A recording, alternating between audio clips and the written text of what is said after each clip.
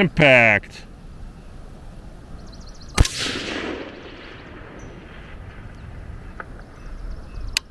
Maybe an impact or just left.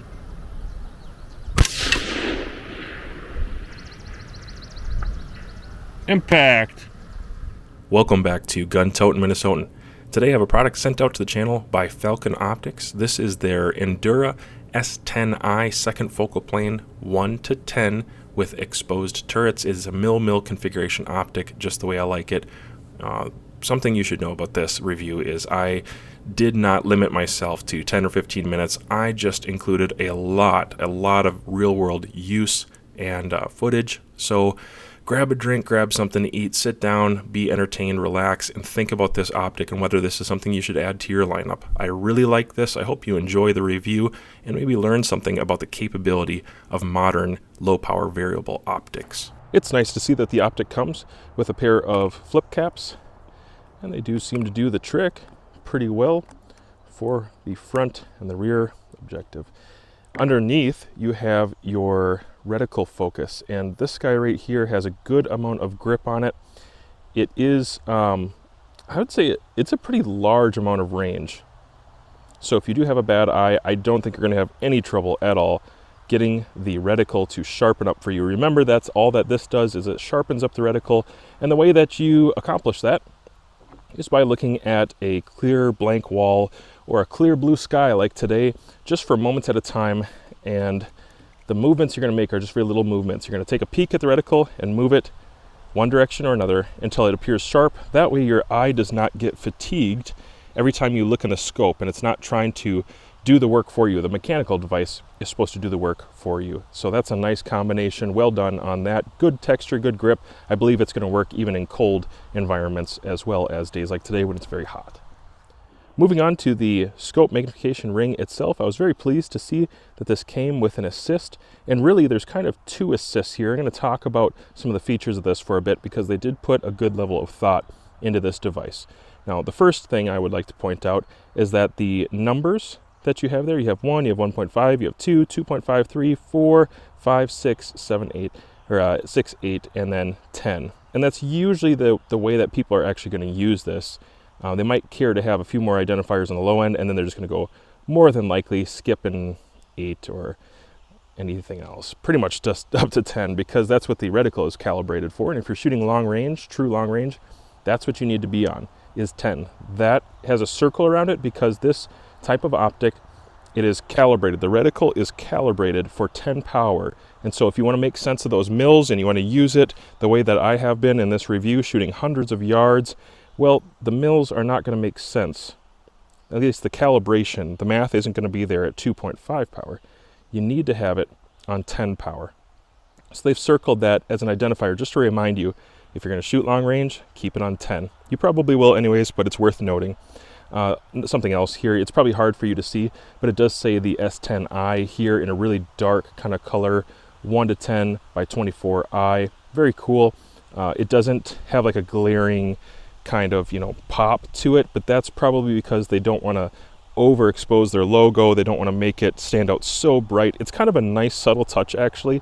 I think this is a good way to go. I like it when brands do stuff like this because you're proud of your optic, you're proud of your brand, but this is just a really nice subtle way to advertise it, and it still stands out enough if you're right there, but it doesn't pop out on an all-black rifle, perhaps. Okay, back to the MIG ring. So the MIG ring has an excellent texture all the way around, and it's not that it needs it per se. I would say this is relatively smooth. Not just smooth, the weight required to move this around is not terrible. The way that people are going to use a 1:10, you don't want it to be just so slippery and easy that it just gets bumped and moved around, especially if you're running a MIG assist lever like this. It's just spot on. It's right where it ought to be. The next thing that I notice is that the tolerances of the ring itself, it doesn't have any slop in it. I'm just going to grab this and give it a good pull. No slop in it, and I notice that as soon as I start moving it, the reticle does improve, or not the reticle, the image improves. It gets bigger or smaller, so that's working the way it should. It's nice and tight on there, good tolerances. There's a large pyramid right here, So if you were not able to run this, perhaps if you're running it on like a scout style rifle or a bolt action, and this was going to actually run into your bolt, you could take this off and then you're still left with something. You still have this large size pyramid to grab onto. And so if you just want to run this a little bit more low profile, you could go ahead and take this off. My opinion, since it's a 1 to 10 and it's an LPVO, I'm very often going to be leaving this on 1 power or 1.5 power at the very least, I'm sure, right there. 1 power. And then when I go to the range or I need to see something, I need to get that image bigger or check details, I'm going to move it to 10. And so I want to have this assist on here, this little knob or cattail or assist lever. I want to have that on there so that I can quickly move it over to 10. All right, next, looking at the illumination knob, I'm going to tell you this is daylight bright. Absolutely. In my context here in Minnesota, on level 12, it's just the center dot, so it almost feels like you're just shooting a red dot, which would probably make this a fantastic competition optic, actually, if you were going to try that out with an LPVO. This could probably do really well. It's very, very bright, and I'm happy to see they were able to accomplish that. There are 12 settings with off in between. I always appreciate seeing off as an in-between setting on illumination, because sometimes, you know, I will actually leave it, if I can just rotate this around, I'll actually leave it in between 1 and 12, because if I want to run night vision on this, which I might in the future, I actually kind of feel like I probably will try some night vision on this one. You know, I can go right to 1, or a very, very, very low light setting. It's quick for me to get over to like 3, where there's still a little light in the sky, but just don't want to blind myself with a reticle. Or on a hot, bright day like today, where it's so bright, I can just go right to 12. Or even less. I probably could do on less, but they did a great job with that. Very tactile, great grip on there. Runs on a standard 2032 battery, and I have nothing else to say other than I appreciate what's illuminated in the reticle, and I really think they did a good job on this. It's nice and low profile, easy access, doesn't require any special tools, just a slotted piece there. You could get at with a coin, and I can't give you an update on battery life yet. I'm not sure how long it's lasted, but they do have some specs online, and you can check that out. All right, so how about the turrets? You know, my opinion is if you're going to put exposed turrets on a gun, you're going to put these mill lines in there, you're going to have a reticle like that, they do need to be able to do a few things. For example, I think on an LPVO, most customers are really going to be looking to see that they are lift to operate, and so you are going to have that advantage on both sides. No worries about these getting bumped unless you were to leave it up, but even then, I think it requires an appropriate amount of force to move the turrets in either direction. The clicks themselves, very nice and tactile. I don't have a bunch of feedback about that. They're not loud or clicky like some of the precision optics that have really big clicks and indents. The pyramids on those are very big, but this, I would say, it's enough to get the job done. It does have a positive sound to it, and I will let you hear that in just a moment. But for my own opinion about this, zeroing it was easy. It did track over the way it was supposed to. In fact, I'd like to show you something. They sent over a tracking test that they did in-house. This is really cool. I really appreciated that the company themselves wanted to just show me the improvements that they have made and what they've done with the optic. And here's what they were able to show me with this optic in their in-house columnator.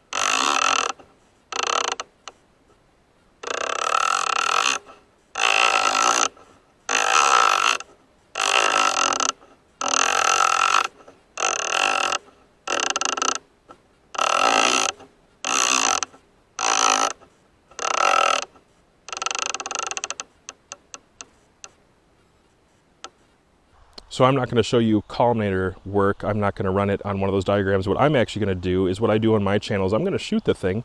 I'm going to run it with my data and what I know. I have very good data and I know how bullets are supposed to perform at different temperatures. And I'm actually going to dial out on these. I'm not just going to use the holdovers and reticle, although I think you could get away with doing it. It's a very good reticle. I like this a lot. I think this is one of their best reticles. And as far as LPVOs go, and mill-based reticles, I really like this combination. It's very complementary and it's easy. It's just easy to read. So great job on the reticle. But the turrets themselves, let's go ahead and dial out on them a little bit and we'll just see what the data comes up with at a few hundred yards. All right, I've crawled into the shade for a little bit. What I have here is the ENDURA S1-10 or the S10i. And I have a device here. Let's say thank you to one of the channel sponsors in the past, or a video sponsor. Scope Cam sent this out to the channel so I can get reticle footage and shooting footage.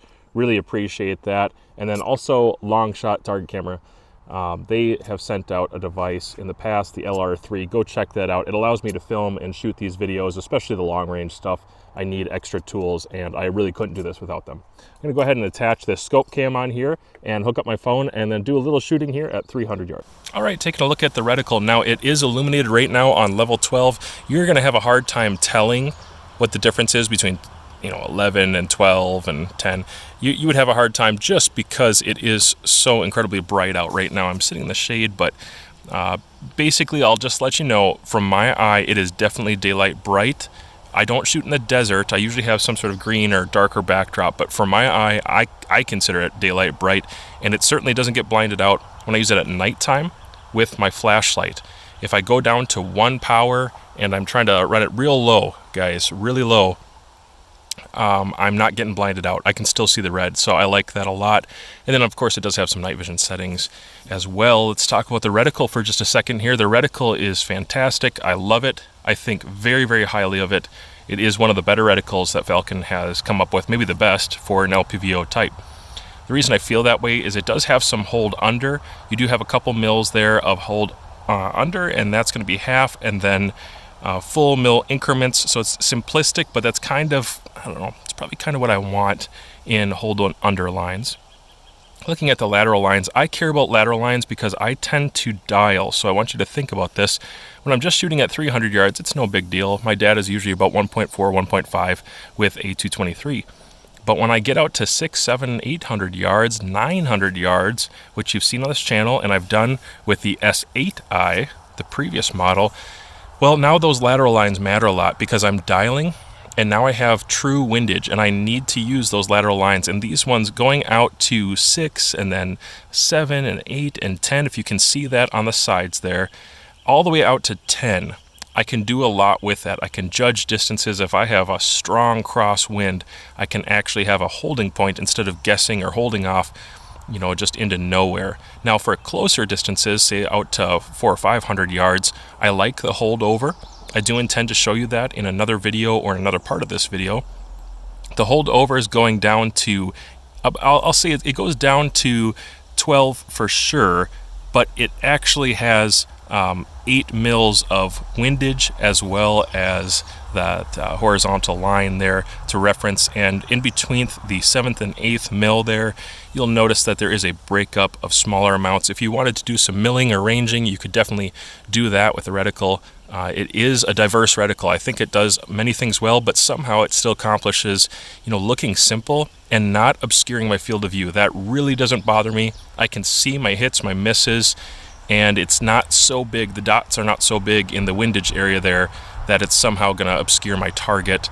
And I also do like that it, Christmas trees at the top, you'll notice it's not immediately thick and wide. It actually builds up to that, so they're trying to give you as much clear vision around that center reticle as possible. Whatever your target is going to be, they're trying to not obscure that, and I think it's done really well. So lateral lines, great, going with the half mil and then full mil increments. It's very simple, but it's going to do the thing. And then the hold over points there, which I do like to use holdover for fun, and when I run out of mils for actually dialing, I use those holdovers, and giving you 12 is fantastic. Certainly most ARs, you're going to be really great with this reticle, just holdovers. You would never have to dial a day in your life. If you didn't want to dial, you're not comfortable with that, you're worried about losing your zero without a zero stop, whatever the factor may be, I don't think you should be concerned, because you can hold over and get out very, very far with this. Certainly beyond 600 yards. No matter what you're actually shooting, you're going to be doing just fine. I like the way that the reticle is set up. I do appreciate that they put the numbers where they did. Sometimes folks will put the numbers a little further out. Because this is an LPVO, and the way that I look at this reticle and hold it over certain kinds of targets, I actually prefer for the numbers to be really close to the stadia that hold over those lines there, so I can reference very fast what I'm actually looking at, what my holds are, and I think that was a really smart way to do it. I like that quite a bit. Let me turn off the illumination for just a moment. Let me say the center dot is fantastic, not just because it illuminates so well. The size of the center dot is a big deal. I think that center dot is very easy to pick up. You know, it is a second focal plane, but it's very easy to pick up in all sorts of situations. It contrasts nicely. It has enough air around it, so I can put it right on a smaller size target. Let me try to give you an example of that. I'm going to magnify just a little bit, and I know my phone doesn't like that when I'm recording. It gets a little blurry here. I apologize about the blur. But if you can tell, I have some smaller size targets down there. I'll back off the magnification again here. There we go, phone. Now you can tell I can actually hold it on some of those really small 1 or 1.5 inch targets, and I can still see nicely, and it can hold a precise spot. But if I want to use those holdovers, let's move over to the target for a second. If I want to use those holdovers right about here, let's see, that would put it in a heart right there. 1.5, 1.4, that's what my holdover is at 300 yards. As I go out quite a bit further, if I have a full-size silhouette like this, I still have those nice windage holds, and those are really excellent reference points. And they're not technically windage, they are still mill-based, but they will function like a windage hold for me. I'll let you just take a moment to see that and see how that would actually look holding over. If you're going to go out to about 700 yards, this is close to how it would look for you for holdover, if you're running like a 69 or 77 grain projectile. Again, with those windage markers, I don't think the phone quite does justice. They do stand out nicely and contrast nicely to my eye. Okay, and then all the way back down to, there's your zero. Very good reticle, very happy with it. Now let's throw some actual shots downrange. Start off with a headshot. Not too hard.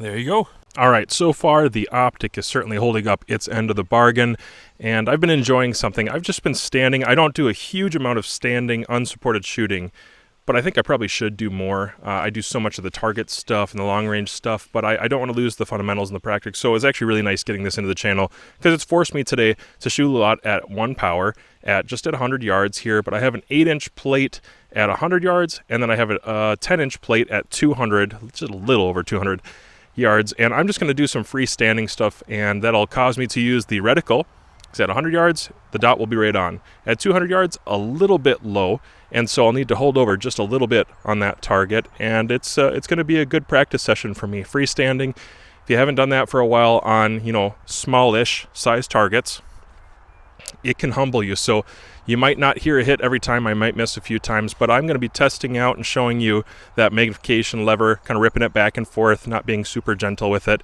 And honestly, I've already done it like 50 times, but I'm going to practice it a few more times and enjoy that and just show you that I do think it is durable and it holds up well. So give me a second. I'm going to get some food in this gun, and then I will run that. So yeah, I'll just bounce back and forth between 100 and 200 yards and give me some more information. I'll show you that the mag assist ring here is very functional, smooth, and it's not going to break.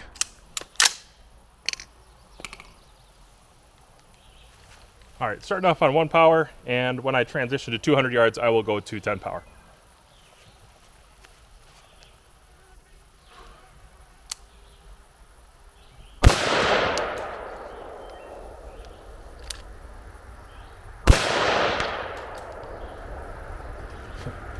Usually I don't get impacts like that back to back that fast. Do it a few more times.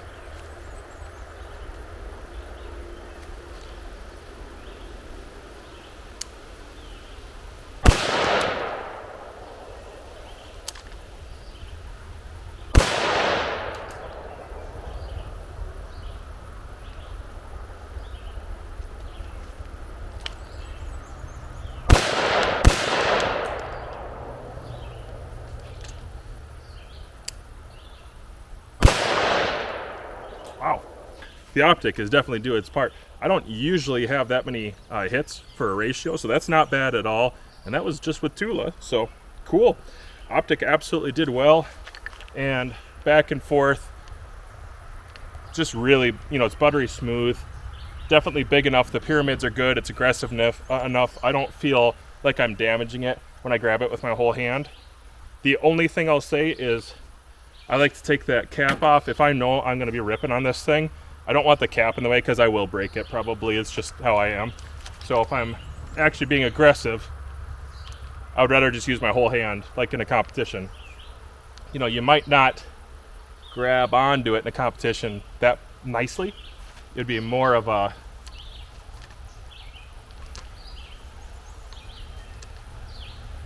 feels very rugged and robust. I have no concerns with that mechanism at all. And the 1 power is actually really good on this. All right, Falcon Optics S10i ENDURA at 830 yards using some 69 grain Federal SMK. My data is, it's 10 mils at 830 yards. It's 827 actually. 827 yards. And it's very windy.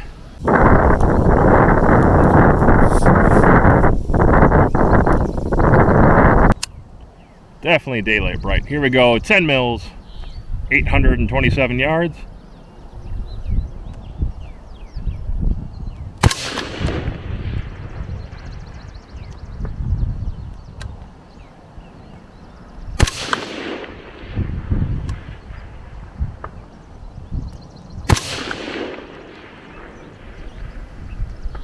All right, looks like the wind is definitely going to the left now.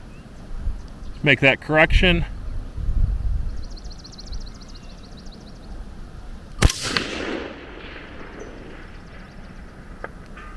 Impact.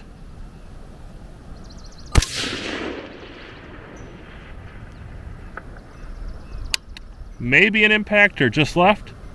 You know, some reviews I make this look easy, and sometimes it's just much more real world, and this is much more real world.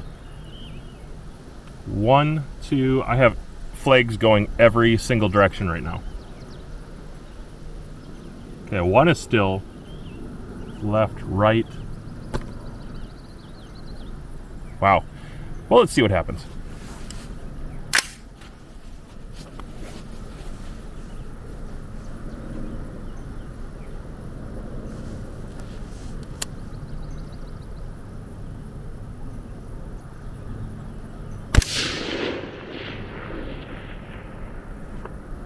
Impact.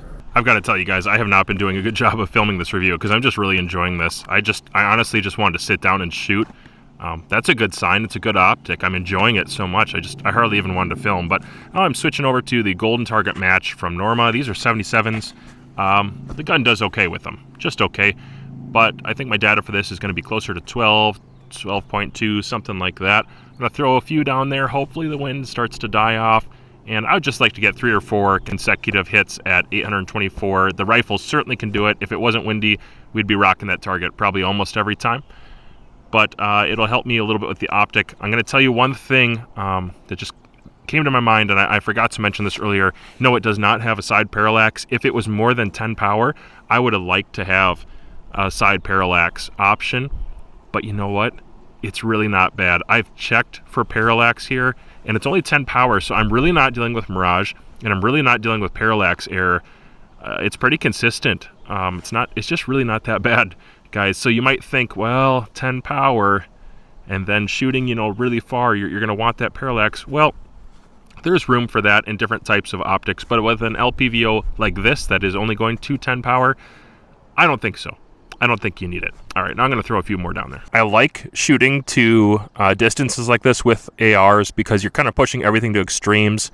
The optic itself, yeah, it's got more than 10 mils. It's got 12 mils, I believe, of 12 mils of holdover in that reticle. And so technically, I can do this with just holdovers at 827 yards. But I like to dial out there, and between holding over or dialing, it's exactly consistent. I don't see any differences there. Very trustworthy. And man, I really like the illumination on this. It's great. Having something that's truly daylight bright like this, it stands out really nicely against everything I'm looking at down there. And it helps having a good quality piece of glass. It is a nice image. Eyebox is not too touchy, although I need to change out the stock on the rifle I'm shooting. This is not for prone shooting. This is more of a standing or fighting stock. It's a minimalist type stock. But as far as image goes, this is nice. Very, very nice. All right, I'm going to attempt to do something a little different. I'm going to try to talk to you while I'm shooting here and just talk about this reticle.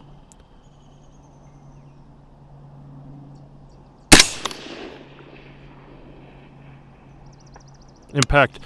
I really dig the lateral lines. The lines are very important to me. I gotta have them. When I'm dialing out like I did for this,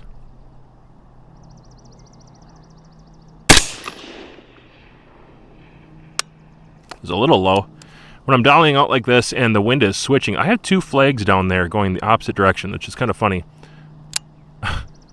I need to see where my holds are exactly. Otherwise, I'm holding off in guesses.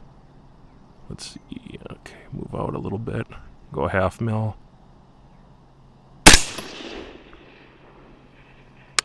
Just a touch off the side.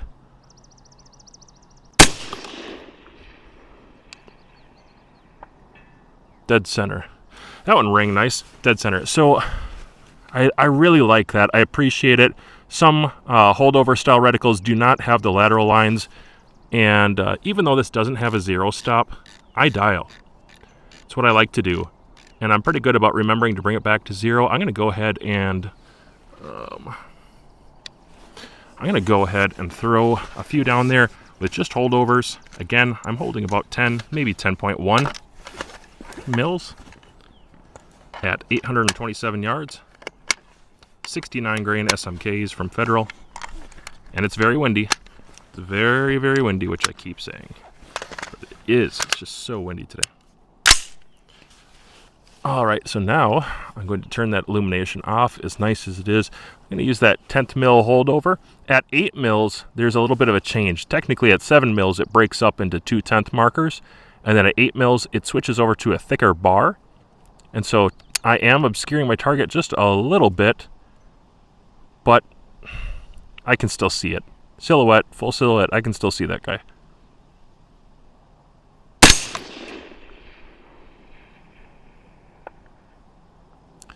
It's moving. I think that's an impact. Let me send another one here.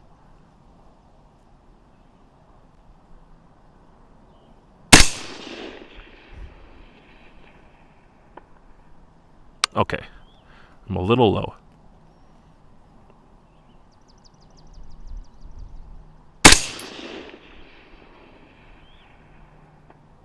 Got it. Okay. So with holding over, when you're going to these extreme distances, yeah, 8, 10, 12, there's markers there, but you do kind of obstruct your target a little bit. That's probably not an issue because most of us are not shooting this far, are we? It's just the truth. Most people, I think, out to 600 yards, and so if you're needing up to 8 mils, you're going to have an excellent amount of field of view. It's not going to obstruct the target.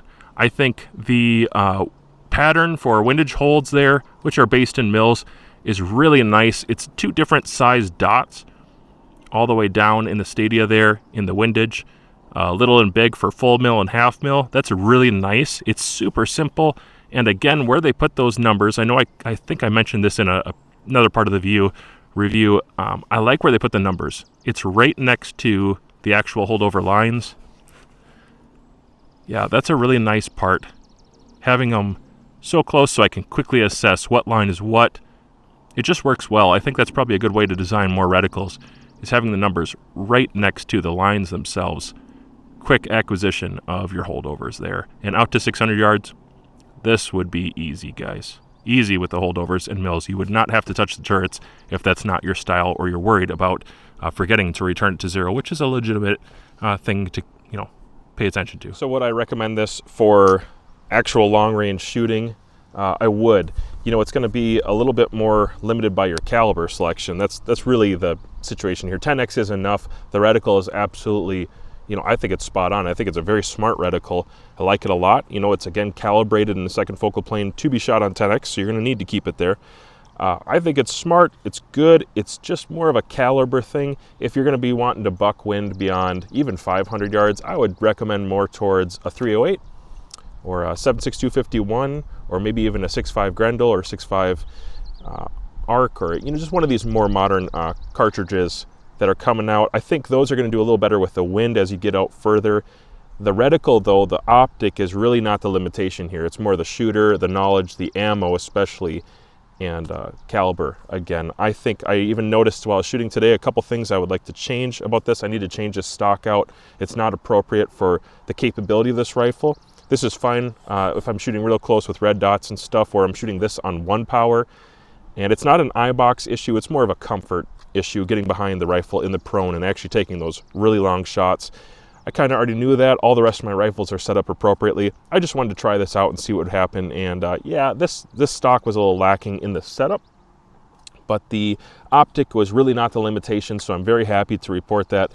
Very, very good. Now, as far as this compared to the 1-8, I am going to tell you guys, this is a real step up. It's definitely a real step up. The turrets themselves, I'll dial back to 0 here. The grip feels really, really good. Like the texture of them.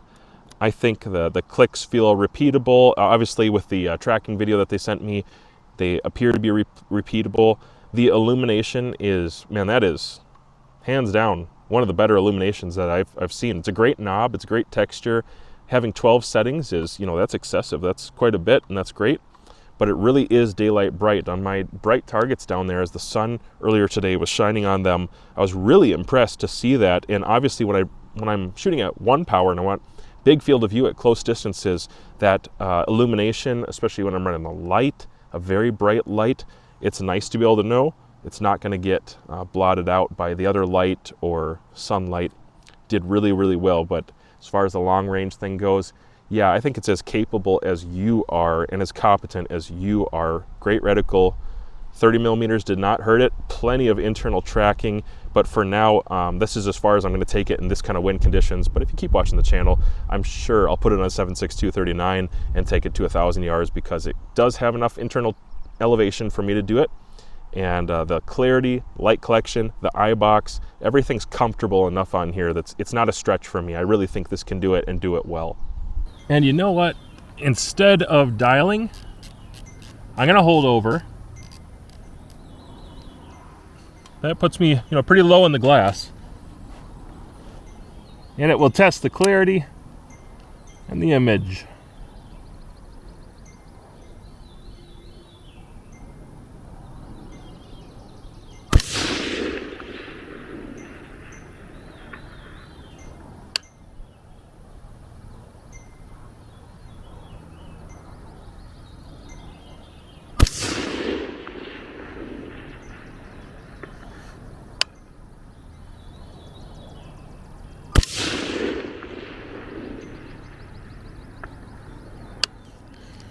Well, the good news is I can see, the bad news is I'm missing a lot. The good news is I can see those misses and the splash at the very bottom of the reticle. I actually if I was to dial, I need a full mil more than I did earlier today. Because the temperature changed. It is colder.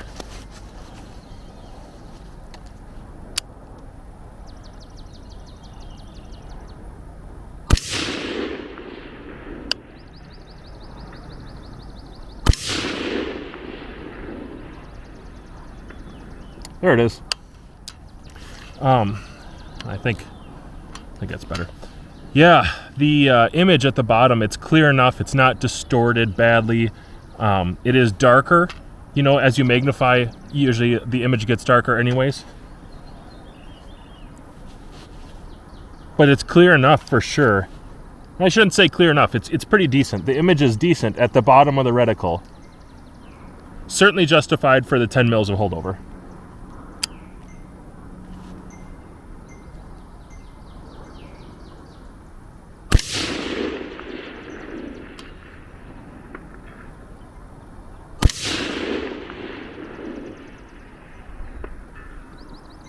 Hopefully you can hear those hits. It is still a little noisy, but it's ringing it. All right, I want to go through a few of the features of the scope. As long as I'm out here and it's nice, the bugs aren't killing me yet. I'm going to tell you that the 1X, although it's really, really close to being a true 1X, I don't know if such thing, really exists. It is definitely on the better half of anything I've used. It feels very, very close to a 1X. I was shooting with both eyes open. I was not bothered. I did not feel like it was real touchy or fishbowl-y, anything like that. In fact, the 1X is done really, really well on this. And from what I am told by manufacturers, what I'm told by other companies, is it's hard to produce a 1 to 10, even in a 34 millimeter, that just ends up looking good on either 1 power or 10 power. Usually there's some sacrifice in there for parts that you're gonna give up. And I actually kind of feel like I'm having trouble figuring out which part they sacrificed, because the 1X looks really, really good. As I mentioned before, with the illumination on 12, this thing is baller. Like, it is so bright, daylight bright in my opinion. Maybe not desert bright, but it's daylight bright in my opinion here in Minnesota against foliage. That 1X is really true. It's really close. The eye box is not touchy, guys. I don't know how else to say it in a more complicated way. As I was running around today, shooting at, 100, 200, and then 300 yards, I was just running back and forth, doing a little, 1 power at 100 yards, and then 10 power at 200 and 300 yards. I was checking the eye box, and I just noticed that I never felt like I was fighting the optic or maneuvering around or readjusting my stock even, or my face position. I just felt comfortable. I felt pretty good all the way around. And so my guess is, after doing so much bench shooting, I've got several hundred rounds of match ammo through this now, shooting groups, shooting off a bench, shooting on the prone, shooting long range, shooting close. I feel like there really isn't much of a sacrifice here. I don't think they sacrificed the 1X to give you a good 10X, and I don't feel like they sacrificed the 10X to give you a good 1X. That's really hard to do from what I'm told from manufacturers and people who are producing these. So I'm happy with it. I think they did very, very well. That in combination with the fact that this reticle and these turrets are trustworthy. They're very, very good. It's a good design. It's simple enough, but there's enough information there that I can do the things I want to do long range. I know that most people who buy something like this, they'll shoot it between 1 and maybe 500 yards. And absolutely, I can tell you without a doubt, this is one of the best 30 millimeter optics out there, especially if you're a mill guy. I'm a mill guy. You want exposed turrets that are lift to operate with a functional illumination that you can see. This is really, really good. I was actually kind of surprised at the price point. I thought this would come in maybe like $200 more. And, I've shot so many 34 millimeters, 35 millimeter tube optics, and they have their place. There's great things about them, but this 30 millimeter gets it done. This is a very, very good option, and I like that this is a little bit lighter weight on my rifles. So many of my rifles, if you don't watch the channel, they're really heavy. I just have a lot of precision rifles and heavy rifles, and I'm so focused on loading stuff up to reduce recoil and make it controllable. But then this is a pretty handy rifle. This is not bad for an 18-inch. And I find that this optic combination, you could do a lot with this. Competition shooters, absolutely. If you know your data and you're good with mills, this is not going to hold you back. Law enforcement types, And defensive use types, absolutely. That reticle, the function here, the illumination, the eye box, toughness and ruggedness. Yeah, I think this could serve that purpose pretty well because it is a high quality optic. And then those of us who like to just push everything you have too far, in the next videos, you're gonna see it when we run this out really, really far. Yeah, it's got it. It's got the tracking, as you saw in the previous video that they provided me. It's got the tracking, the data lines up, it's doing what I want it to do. And the image, if I can just talk about the image a little bit, it is good. I think the glass is pretty darn good in here. I wasn't sure what to expect. Again, after looking through it, I was thinking about $200 more than what I saw this MSRP.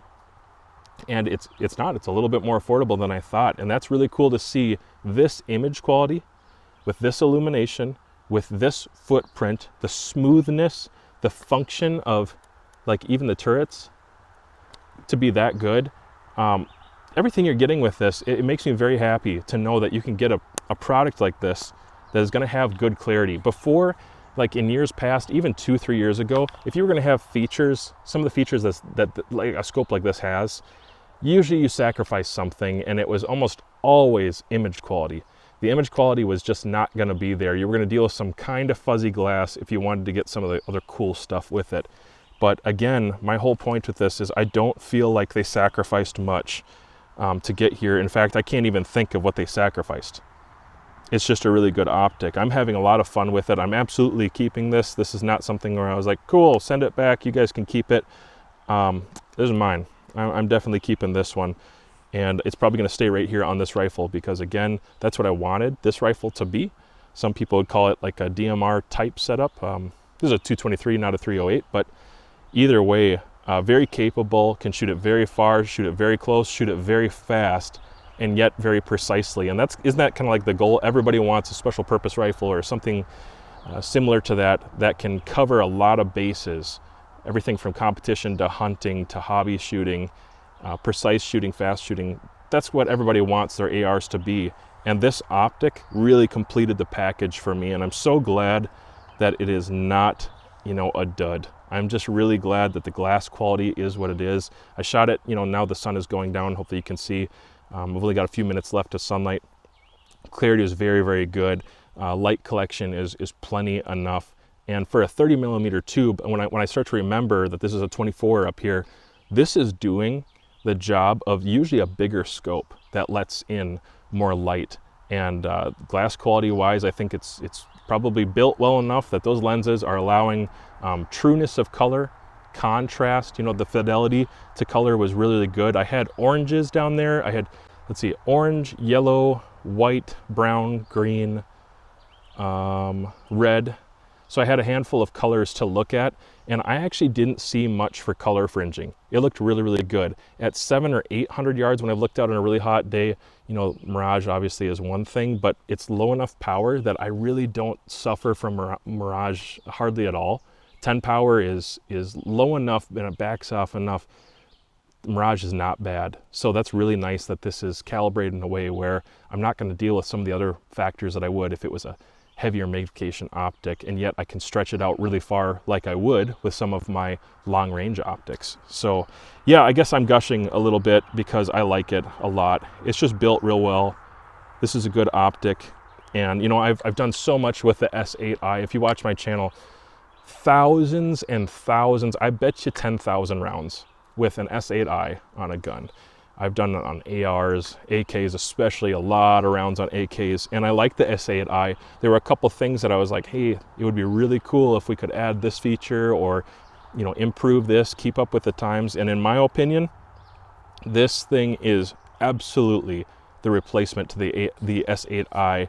I'm not sure if that's going to stay in the product catalog or the lineup or not. It still has its place for a lot of people, but if this thing's out there, and you have the choice between an S10i and the S10, absolutely the S10. This is a phenomenal optic, and the improvements over the S10i make it worth owning. So if you own an S10i, I'm gonna say, hey, put that on maybe your your practice gun or a backup gun and then get one of these, because I think you'll be very, very impressed. If you like the S10i, this is all of that and much, much more. And I intend to keep proving that in a future video. So if you have any comments or questions about the optic, the way I used it, anything like that, go ahead and comment down below. If there's something you want to see in the next round of videos with this optic, please tell me about that too, because I do look at those comments, guys, and it helps me decide what kind of content I should be producing for optics.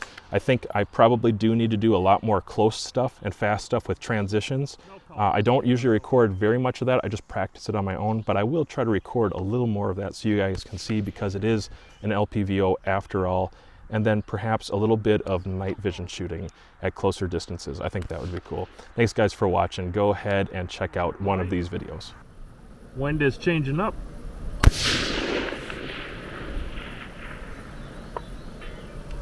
And another impact.